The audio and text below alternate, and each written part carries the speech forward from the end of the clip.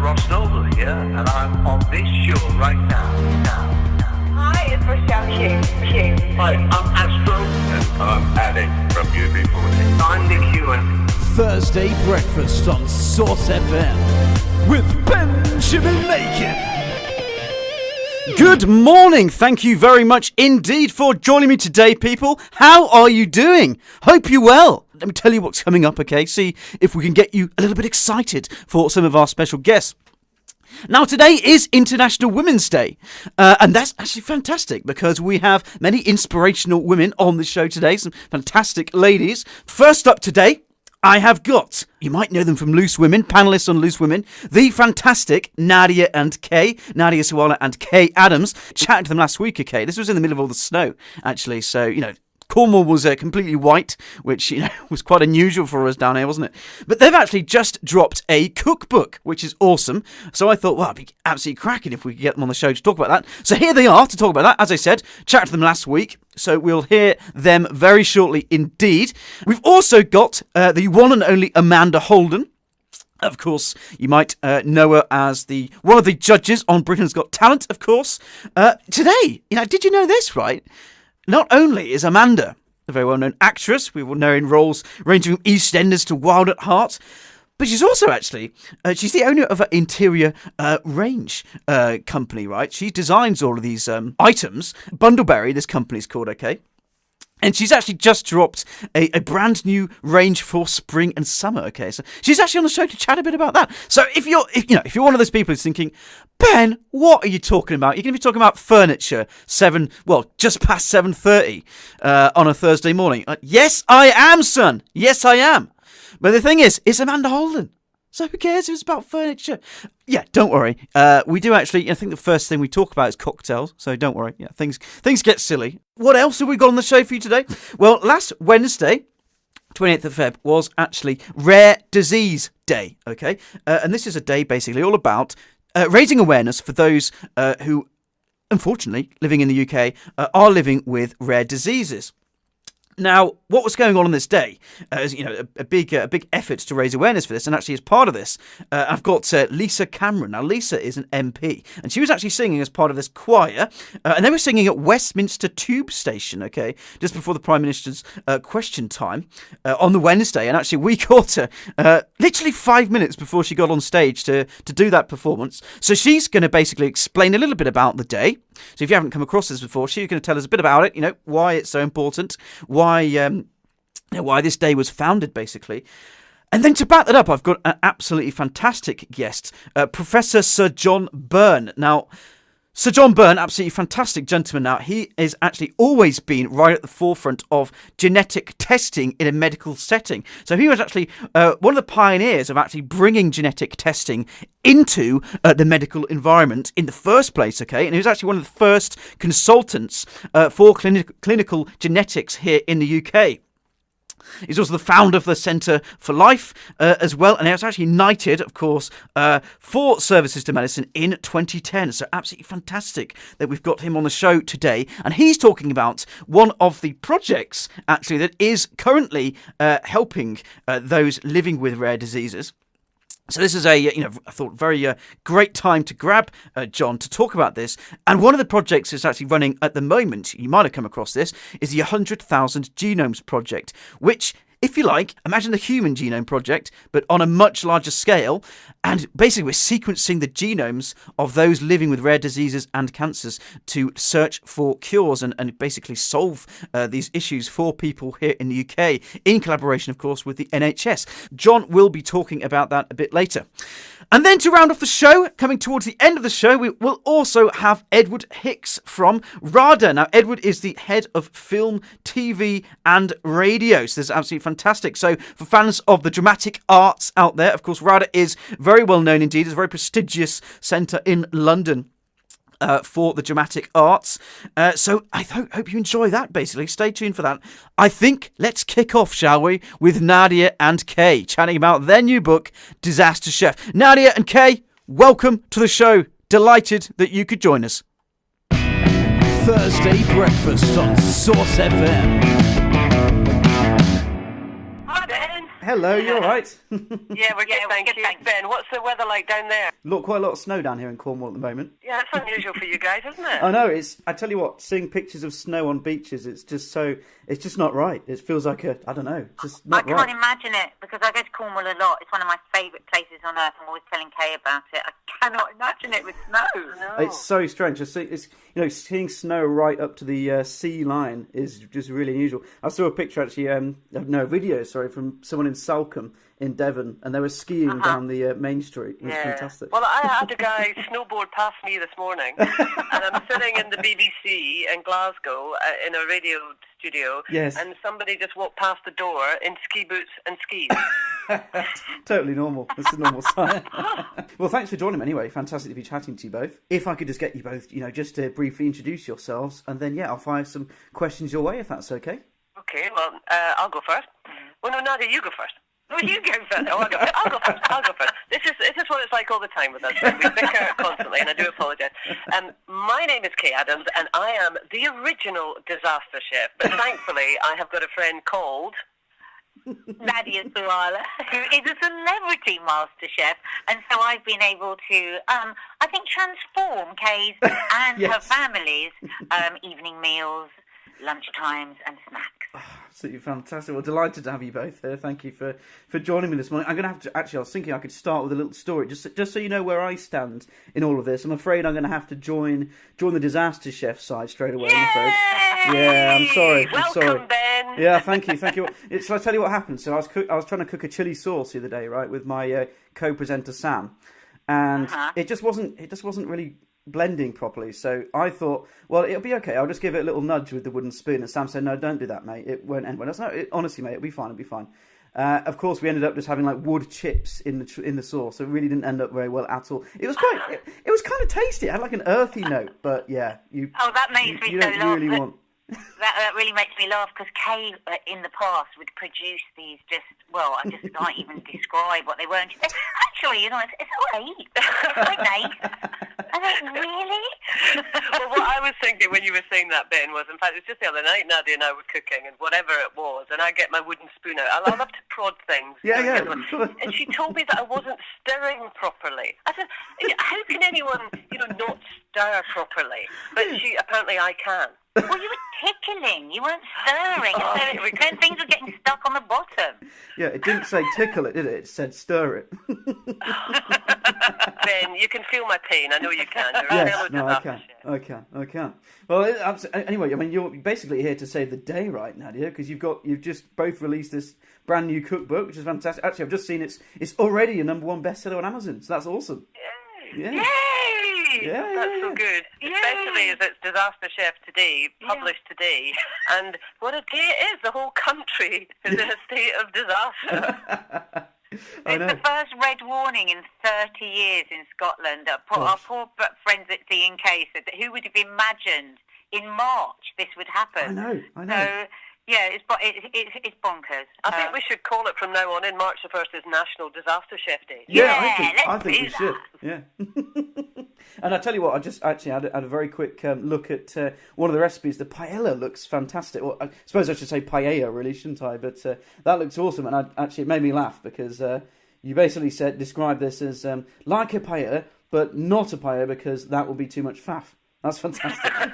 Well, yeah. I mean, and that's what we do throughout the book. Because Kay is one of those. She doesn't like to brown anything.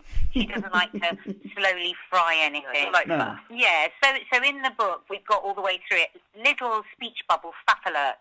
So that if you do want to spend a little more time and maybe throw in a bit of chorizo, I mean, honestly, how long does that take? Yeah, you can. But if you want to get it really quickly on the table within 20 minutes, then you just follow Kay's route.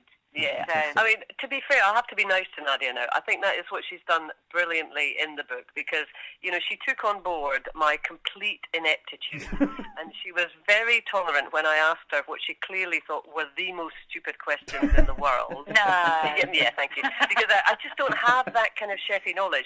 Having said that, the recipes are genuinely brilliant. And if people are, a bit more comfortable in the kitchen than me or very comfortable in the kitchen, they're still fabulous recipes, and you can do all the fancy bits if you want to. Yeah. But if you're like me and you, Ben, you can get through, and at the end of it, I mean, actually, I have made that paella on a number of occasions now, and I must say I'm very, very proud of my attempts. It's really delicious. We actually filmed the other day, for an episode of Lorraine. It's going to be shown, Kay cooking it on Lorraine, I think next week or next week. And it was hilarious. Every single... they're thinking of making a whole separate take of outtakes. And I think that we really tried to do that because we had this dream, a year ago that we wanted to be social media sensations, the first middle-aged ones. And really we just started it just as two women wanting to have a lot of fun and not have people tell us what we couldn't do. So the challenge for us was to get that sense into the book as well. So we've had everything's cooked in both of our kitchens. We cook it. My husband Mark then took all the photographs, and then we sat down and stuffed our face and drank a bottle of wine. Fantastic. And we had no makeup. So it's very much, as my mum says, I think you might be being a bit too authentic now. Might you just put a little bit of mascara? But Ben, you know what it's like. I mean, there's so many wonderful cooking programs out there these days, which are wonderful, and cookery books and all the rest of it. But I think what we started to do is watch these fabulous cookery programs while we're sitting on the couch waiting for Deliveroo to arrive. Yes. And it can get a little bit sort of pretentious. Yes. So for people like me, and I don't know how you feel, Ben, it feels like something I watch, but I don't participate in. Absolutely. It's like that level of cooking has become a spectator sport. Whereas this is about saying to just, regular people who are often a bit harassed, everyone in the house is busy, working, going to clubs, doing all these sort of things. This is kind of real food for real families, people with real lives. And we really want to bring it down to that level. And that's why we do look like a bag of spanners and a lot of I'm just trying to justify... But you know what, Kay? The thing is, I feel like that when I watch these programs and I watch the perfect pictures on Instagram and, this perfect life that everybody has. And I don't want to cook like that. This is the stuff I cook for my family. And it's fun. Just easy, good, home-cooked food. And, I think that's what... we're all desperate for more time in our lives. Exactly. We do want stuff on the table in under half an hour, and sometimes in under 3 minutes. That's why there's even a recipe for a peanut butter slathered banana, which is Kay's recipe, actually. We let her have 2 recipes. The guest recipe. That's the thing. You're not trying to win any prizes. You're just trying to produce really nice food for yourself or your family. And I mean, my daughter Bonnie is actually with me here today. She's 11. She's off school because of the snow. And I think she will say that I have improved. But there was a time, that it would be, okay, Bonnie, your dinner's ready. And she would say, who made it, Mum? And I would say, well, I made it, Bonnie. So, oh, right, okay, all right. Thanks, Mum. But I'm really proud of you. Come on, Kay, you can now cook a pavlova for goodness sake. You never imagined you'd be able to do that, did you? A very fine one. And my stir-fried beef, which Bonnie used to have to chew every mouthful for at least half an hour. She now tells me, I made it last night actually, she now tells me, in fact, there's the microphone there, tell everyone, Bonnie, how good my stir-fried beef is. It's almost as good as Nadia. There we go. Well, that is good. That's a good change. There you go. Well, May I say, she does need to make it a little less chewy. She's a work in progress. Still got work. Yeah. Well, it sounds like she's making progress, though, Bonnie. That's all right, though. Bonnie, how bad was my cooking? Oh, I used to starve myself. It was so bad. Oh no. It was you ordering the Deliveroos, wasn't it, Bonnie? I can see all this now. Having Nadia over was the best thing ever. She cooked all the meals. You have to make plenty more books together then.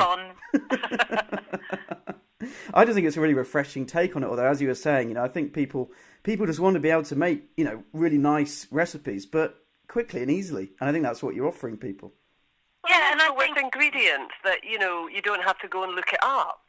Fenugreek, charvel. I mean, all lovely things that Nadia will work with all the time.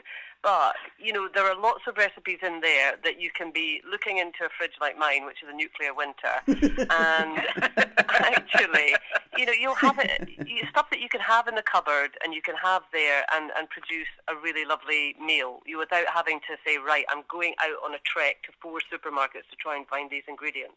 Yeah, and that was a very important stipulation that Kay gave me. It had to be a minimum amount of ingredients, and she does have this weird obsession with fenugreek. I don't know what the problem is. In fact, we're going to do a live on our Facebook where I'm going to make you do 6 different dishes with fenugreek. What is fenugreek? What is it? Do you know what, Kay? I don't use fenugreek either.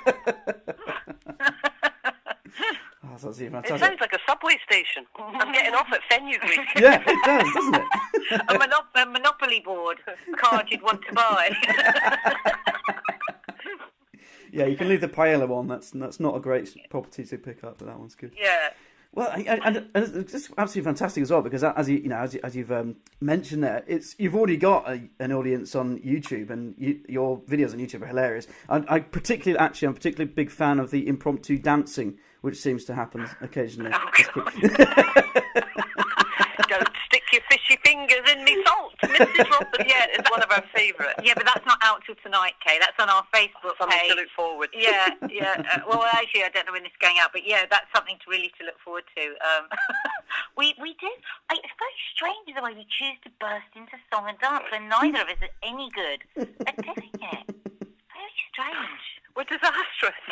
Well, the next book is going to be disaster singing, disaster dancing. I don't know. You could make a whole series, couldn't you? Just disaster, just various things. I think it'd be brilliant. Disaster life, really. I think it's a great opportunity and to just be juvenile. Yeah.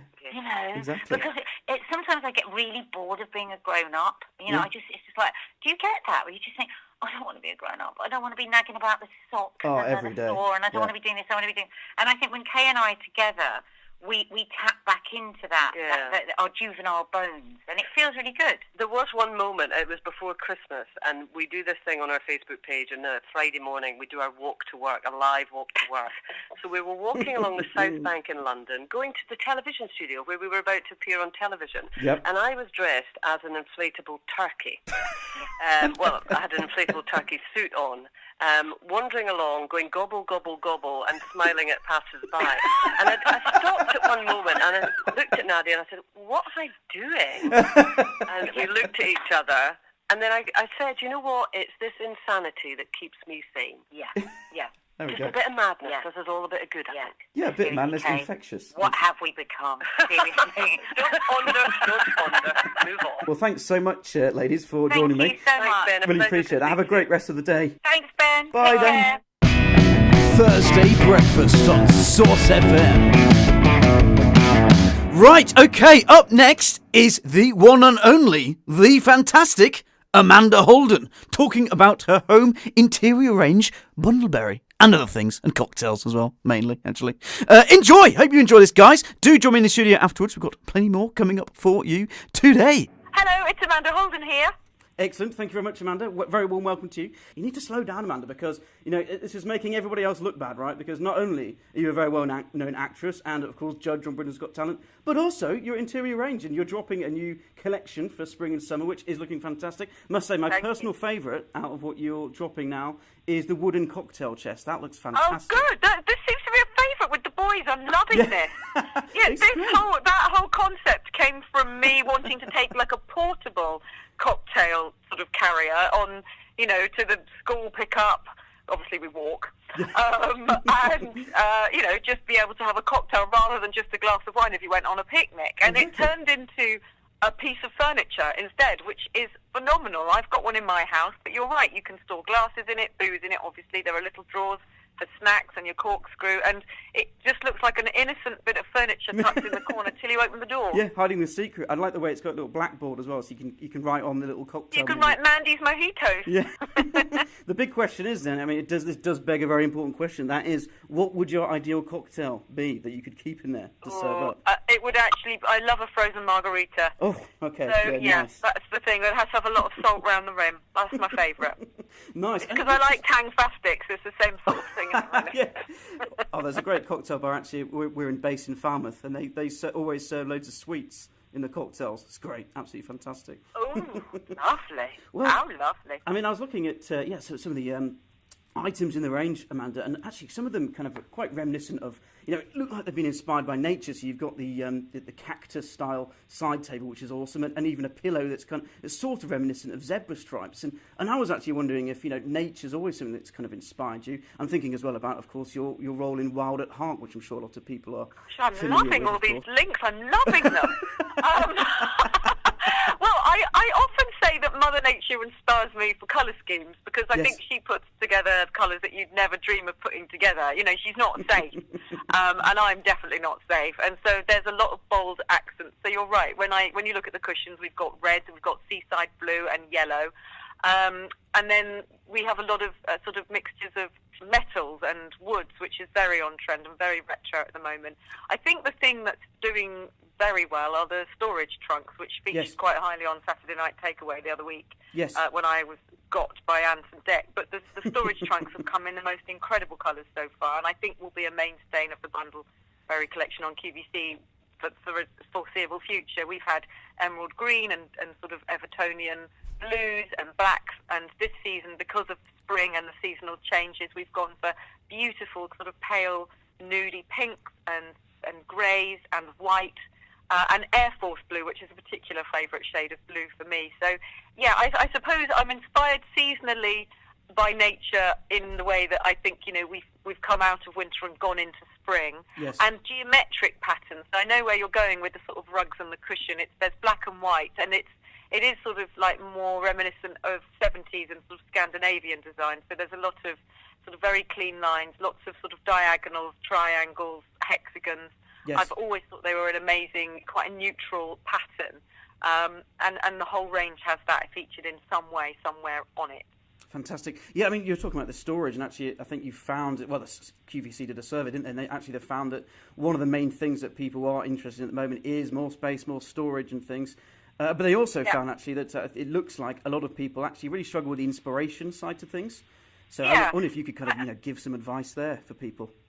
I think what it is it's again, once you've decorated your house, you think that's it. But I think as time goes on and you sort of sit in your lounge and you think, gosh, I've lived now with this. It happened to me the other day. I finished watching a box set and I sat with my husband going, I need to change this lounge. I've changed both my children's bedrooms around at the weekend.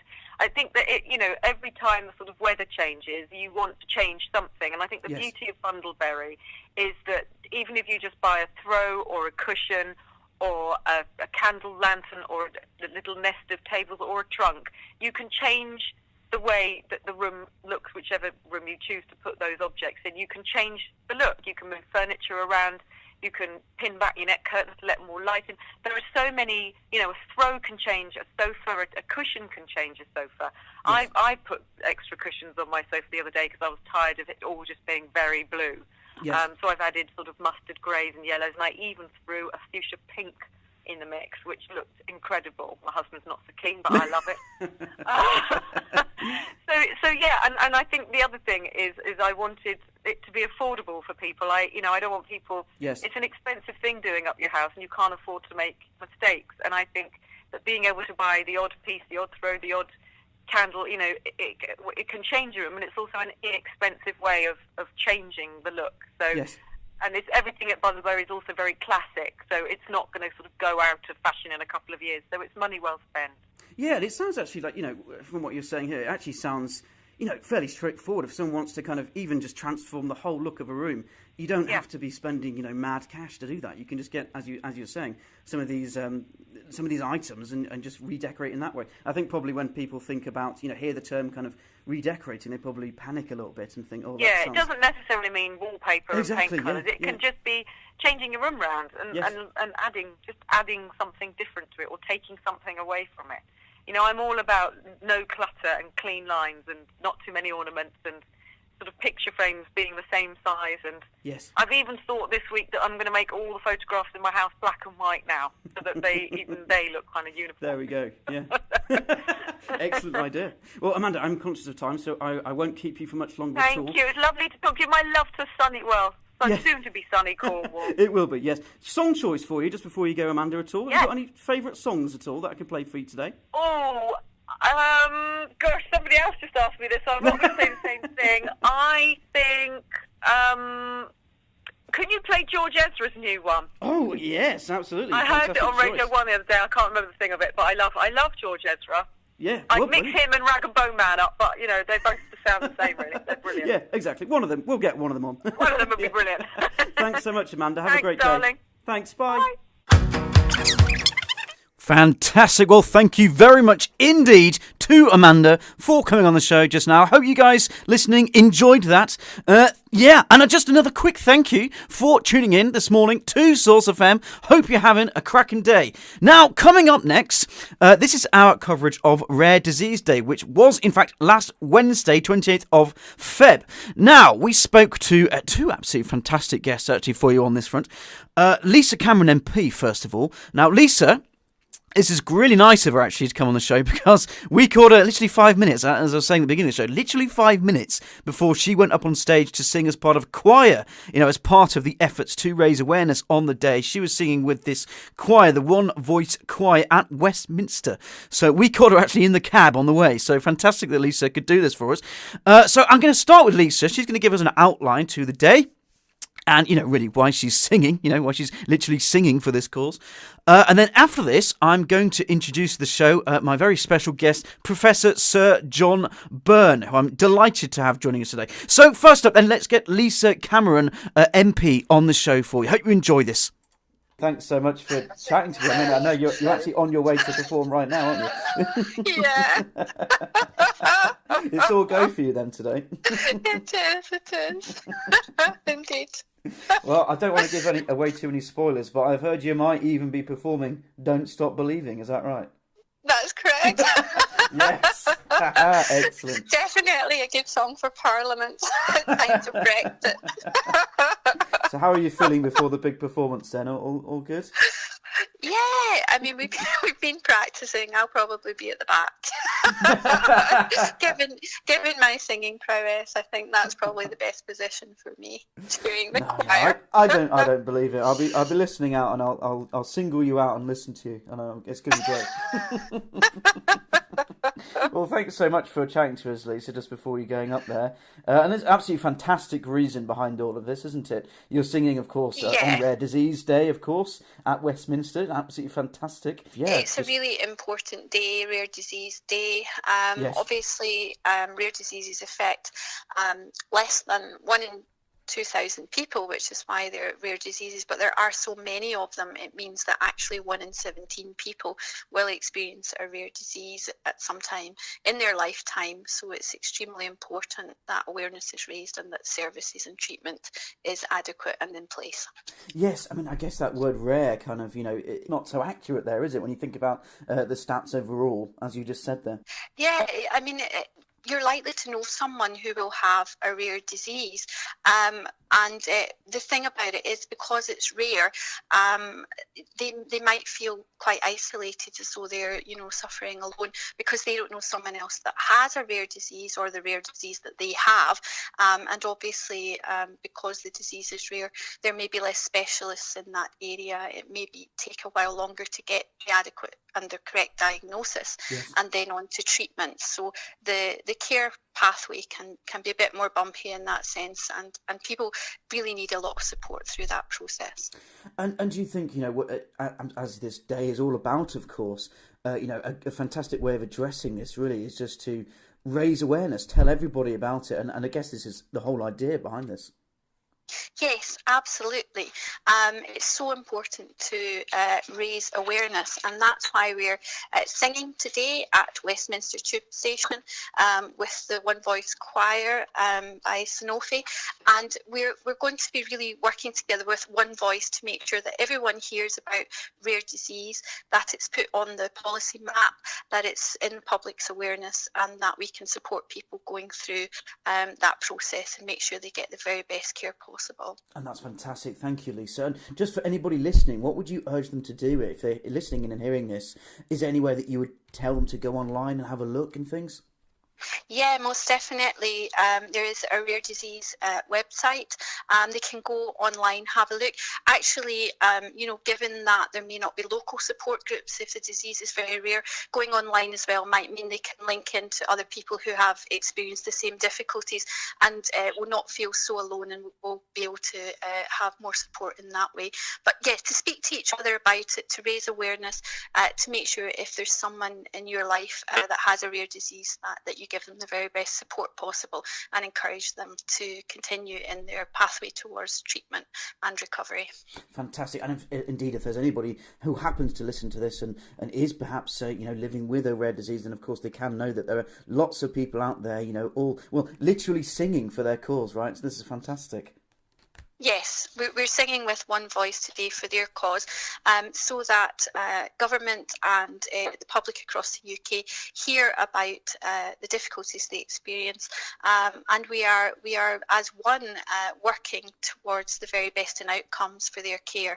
So that's important to get that message across, and important that in terms of policy we progress this issue and ensure there's the correct funding and resourcing to make sure that people have the very best of care that they deserve. Fantastic. Well, thank you so much for your time, Lisa. I'm very conscious of time because I know that you are actually on your way now, so yes. I will let you go. But is there anything at all that you would like to add just before I do let you go?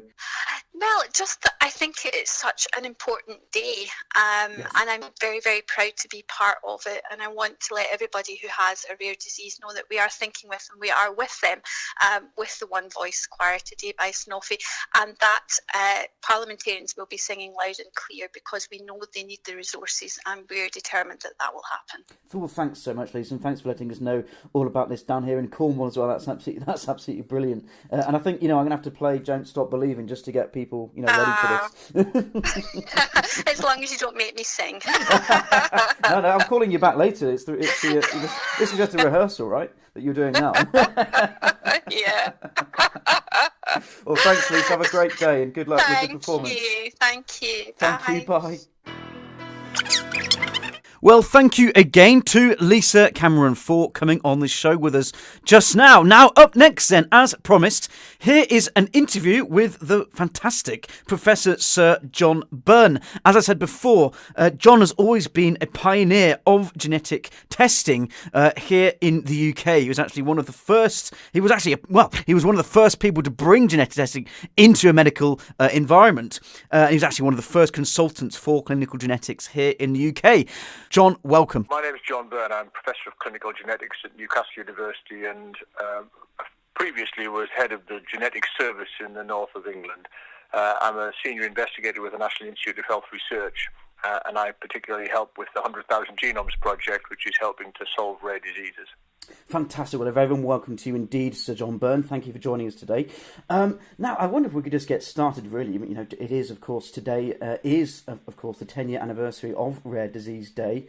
And I was just wondering, really, if first of all, we could just start, just with the basics, really, and think about why do you think it is so important that we do continue to raise awareness for those rare diseases? Well, the word rare disease often puts people off, but what we have to remember is that there are 6,000 to 8,000 different rare diseases. So even though they range from 1 in 2,000 people down to 1 in 100,000 people individually, when you pile them all together, they affect, amazingly, 1 in 17 of our population. Yes. So a very large proportion of our health budget goes on helping to care for people with rare diseases, and trying to solve those rare diseases and develop new treatments is very important to us. Yes, and I think one of these very, very exciting. You mentioned it very briefly at the start there, but it's a very exciting project right at the forefront of medicine. And of course, you yourself have always been a pioneer of genetics, particularly genetics in a health environment. And this project sounds absolutely fantastic. The 100,000 Genome Project, which of course has been going. I think we're reaching the halfway mark now, I think. But anyway, I was hoping you could just tell us a bit about the project itself, first of all. Yeah, so I'm a clinical geneticist by training, and so I spent my life with families affected by rare diseases. But the problem we've had over the years, even as the technology's advanced, is we tend to work our way through one gene at a time, trying to find an explanation. And so it was 6 years ago, the idea came forward that we should maybe approach this on a more systematic approach. And the government put a very large amount of money into developing what we call the 100,000 Genomes Project, where we actually collect samples from affected children and their parents typically, and then compare and contrast to see if we can spot the spelling change that caused the problem.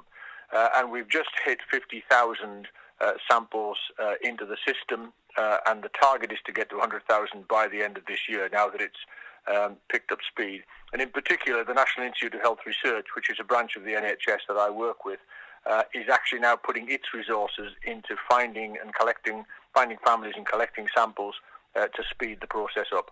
And this is fantastic. I mean, it's, not really long ago since we were thinking about, even just one genome, the Human Genome Project, Absolutely. and we were thinking about that, weren't we? And thinking, wow, this is big news. Absolutely.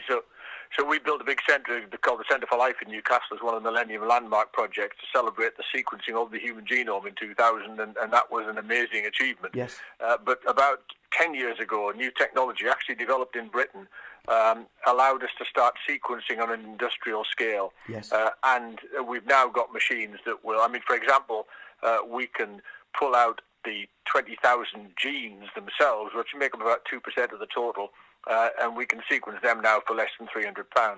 But with the advancing technology, we'll pretty soon, for a similar price, be able to look at the entire genome and all of the bits in between the genes which regulate and control them. So the power of analysis has advanced really quite dramatically over the last few years. That's fantastic. It really does sound like this kind of exponential increase in technology and increasing speed. I think I'm correct in saying that you're actually working on, you've been involved in working on actually a DNA test which can be done basically at the bedside in 15 minutes, which is incredible. Well, yeah, that's one of my other hats. So Yes. I chair a company called Quantum DX, which is based in Newcastle, and we've developed a point-of-care DNA testing device.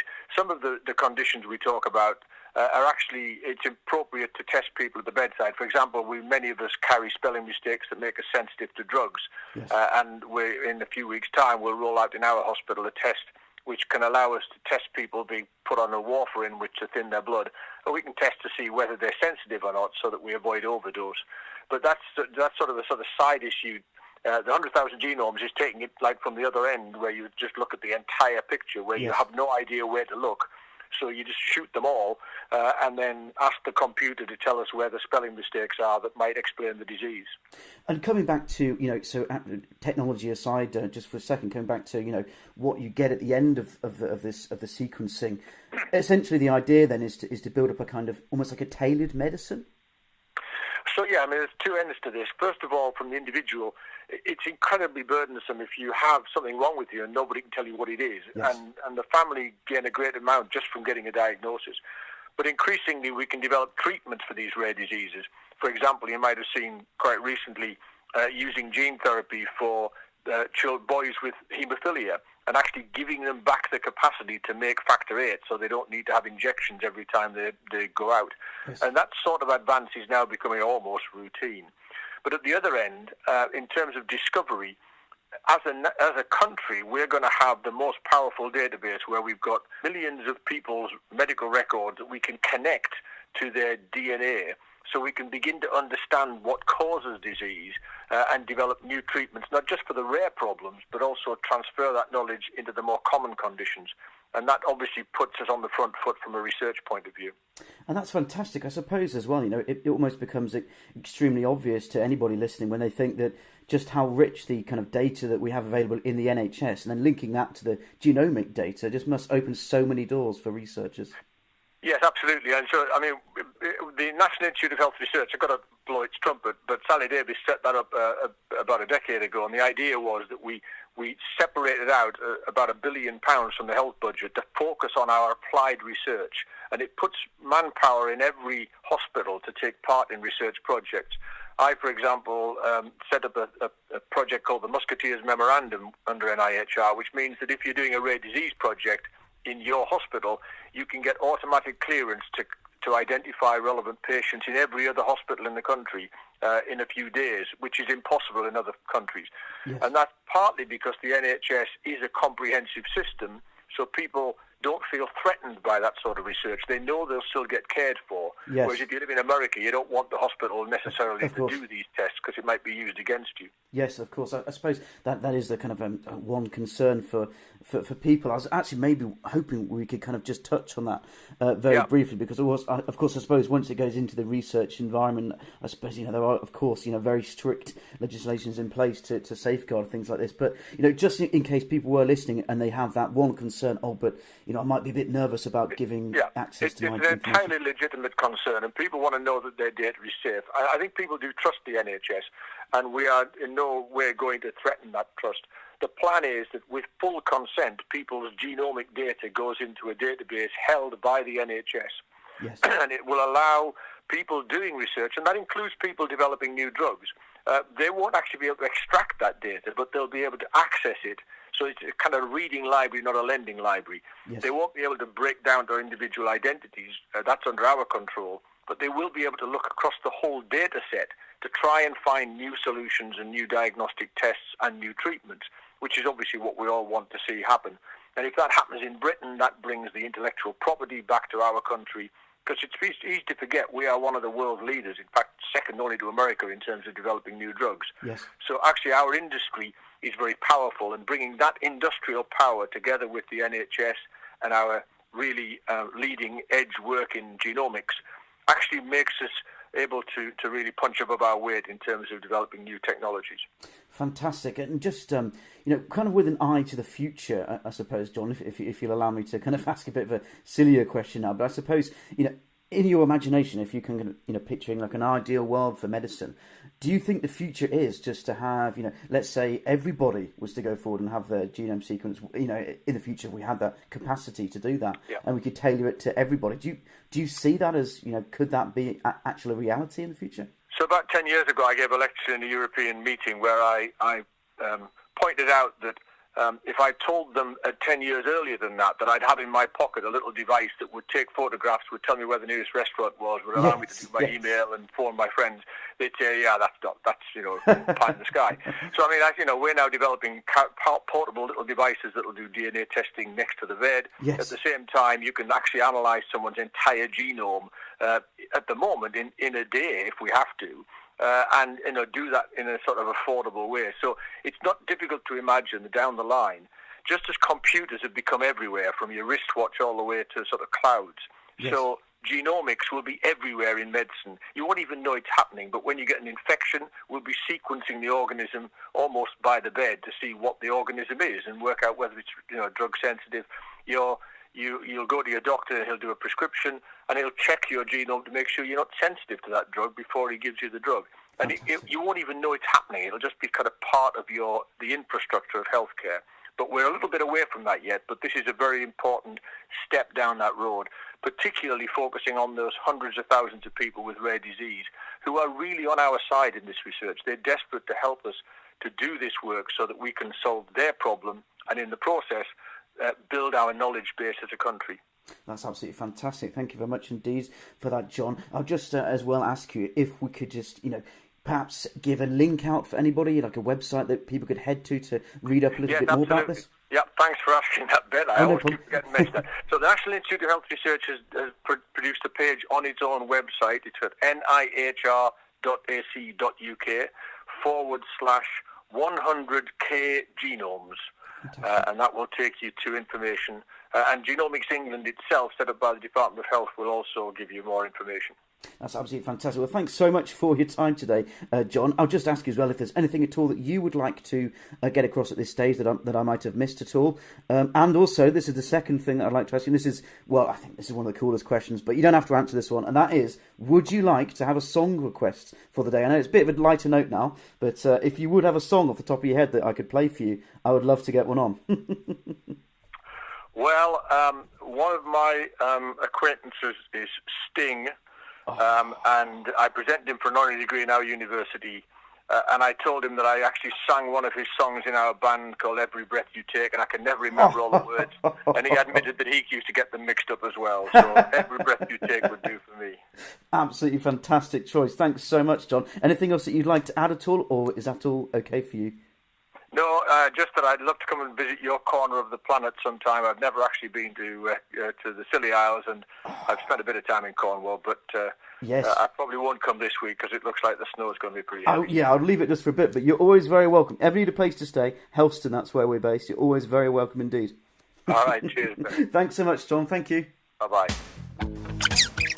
Well, thank you very much indeed again to Professor Sir John Byrne for coming on the show just now. You can look him up on Twitter as well if you want to stay up to date with what's going on in the world of genomic medicine and that project that he was talking about, 100k genomes, this NHS-run project. So this is definitely something to keep an eye on. Now, okay, moving towards the end of the show now, people. Thank you very much for joining me this far. If you've just joined in, however, coming up next we have Edward Hicks from RADA, the Royal Academy of Dramatic Arts. Now, this is a place, a very prestigious centre in London.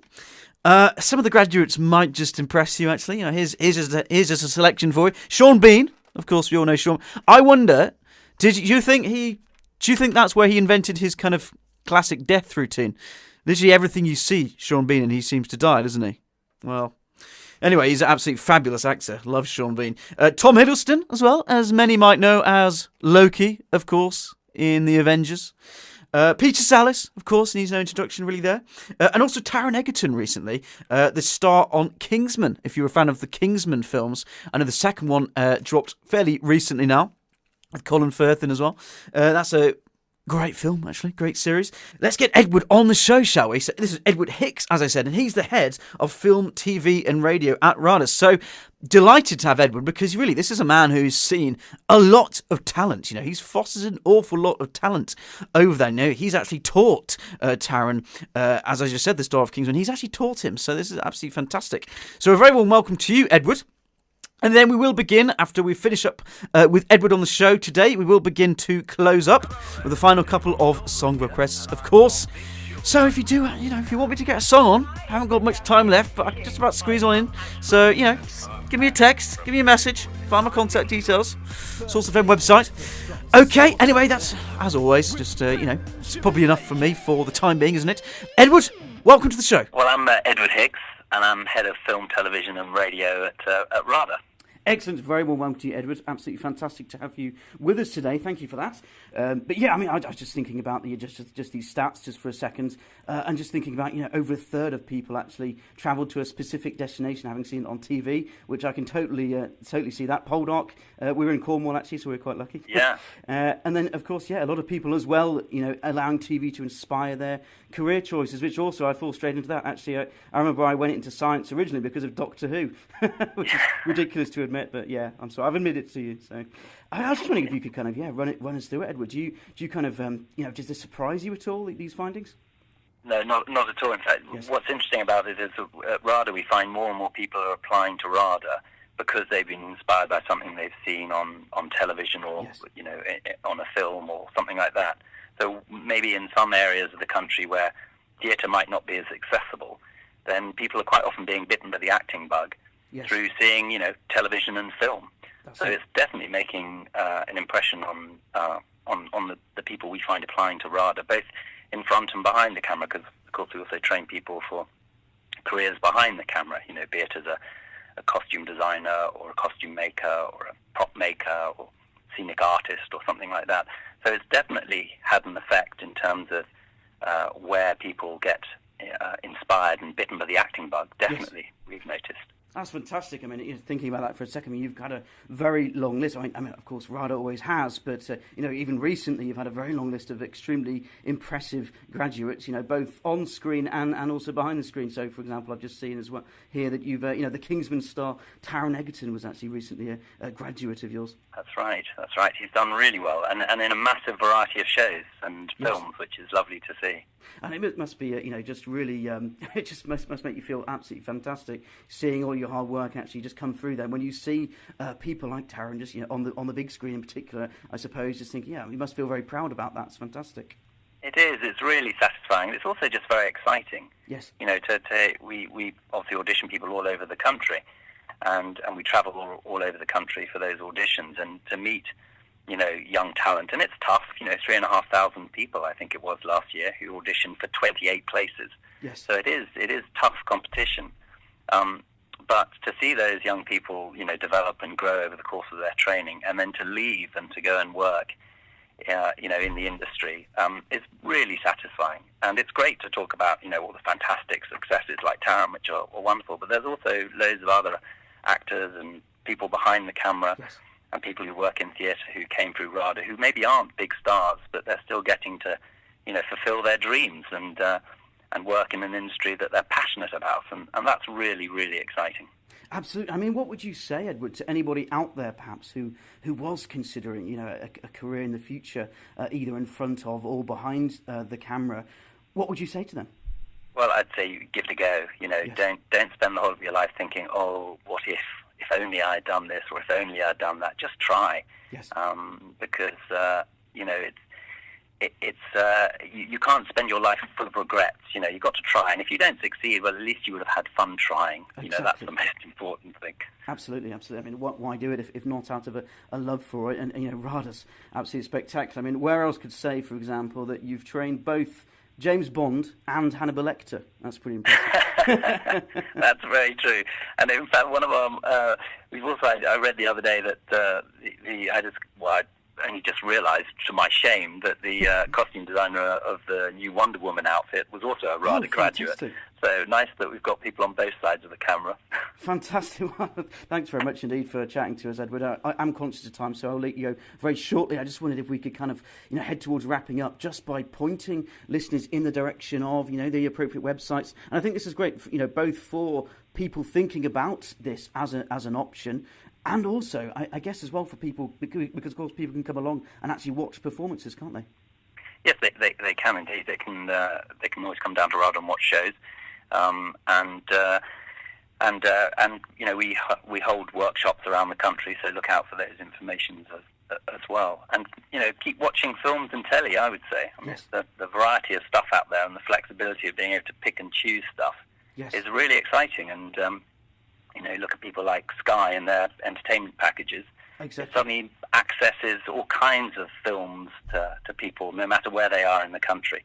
And that's something we very much want to tap into. Exactly. It does feel like we're living in kind of a golden age, right, of film and TV. It does feel like it, doesn't it? It does, yeah. I mean, there's just so much choice. We were chatting about this with Ian Logie Baird, actually, the grandson, of course, of John, of course, one of the pioneers of television. We're talking about this as well. It just feels like we really are. There's so much options, and it's not surprising at all that people are inspired by this. Yeah, absolutely. It's the amount of content and the choice of what you want to watch that has made such a massive difference, no question. I mean, it's the flexibility, I think. And if you look at things like Sky's entertainment packs, where there's a choice, there's so much choice now in terms of what you want to buy and what Yes. you want to watch. I mean, I've got young kids, so as much as I'd like to watch a certain type of film, or an art house film or whatever, my children are more interested in the latest animation. So it's the choice one has these days in terms of what you want to watch and what you want to buy. Yes. That I think has made a massive difference. And the box sets, this sort of binge watching of television shows. Yes, exactly. That's definitely how it's changed. And the amount of work out there for actors now, and for our graduates when they leave is fantastic. Actually, a lot of films and TV shows just have exclusive release through these formats as well. Yeah, exactly. I mean, there's a friend of mine from film school who have, back in the day, and who are now filmmakers themselves, who often release stuff straight out there rather than going via the cinema. Exactly. And I think there's more and more of it. Maybe that's what the future is. Maybe there'll be more and more content. We do notice quite a few of our graduates, like Phoebe Waller-Bridge, for instance, who are now creating their own content. They're not just actors; they're also actors who also write Yes. and produce their own content. So maybe there'll be more of that in the future, which would be exciting. Fantastic. And just coming back to the cartoons just for a second as well, because you were mentioning here, of course, that fantastic for kids to have instant access to cartoons and things. There was a terrible rumour, actually, that SpongeBob had been cancelled. Luckily, it's not true. SpongeBob is continuing. But I don't know. So if your kids fall foul of that horrible rumour, don't worry. Just reassure them it isn't true. My kids will be relieved to hear that. Yes, you can let them know. Well, Edward, thanks so much for your time. I mean, have you got a song request? Have you? Well, I'm a massive Stevie Wonder fan. So anything from Stevie Wonder would so much hit the nail on the head for me. Fantastic. Well, thanks. Enjoy the rest of your day. Thanks for talking to me. It's a pleasure. Well, thank you so much to Edward again for coming on the show just now. And I'm afraid, yes, we have reached the end. I must love you and leave you. Just time for one more request now. But it's a big thank you to all of our special guests today. Thank you to Amanda Holden. Thank you to Nadia Kaye and Kay Adams for coming on the show earlier. Thanks to Lisa Cameron for coming on the show. Thank you to Professor Sir John Byrne. Honoured to have you on the show. And thanks to Edward, who we heard from just now, talking about RADA. Now, the biggest thank you of them all, of course, as always, is to you. Thank you for tuning in. Thanks for joining me today, Thursday morning on Source FM. Hope you have a brilliant day. Now, I've got time just to play one last little request, actually. This one goes out to a very good friend of mine, Mr. Reece Samuel. Now, he just texted in a second ago, actually, and just suggested this absolute banger. I haven't heard this in far too long. Hope you enjoy this. If this doesn't get you in the mood for Thursday, and then, of course, Friday and the weekend, not long now, not long to go, people, then I don't know what will. So enjoy.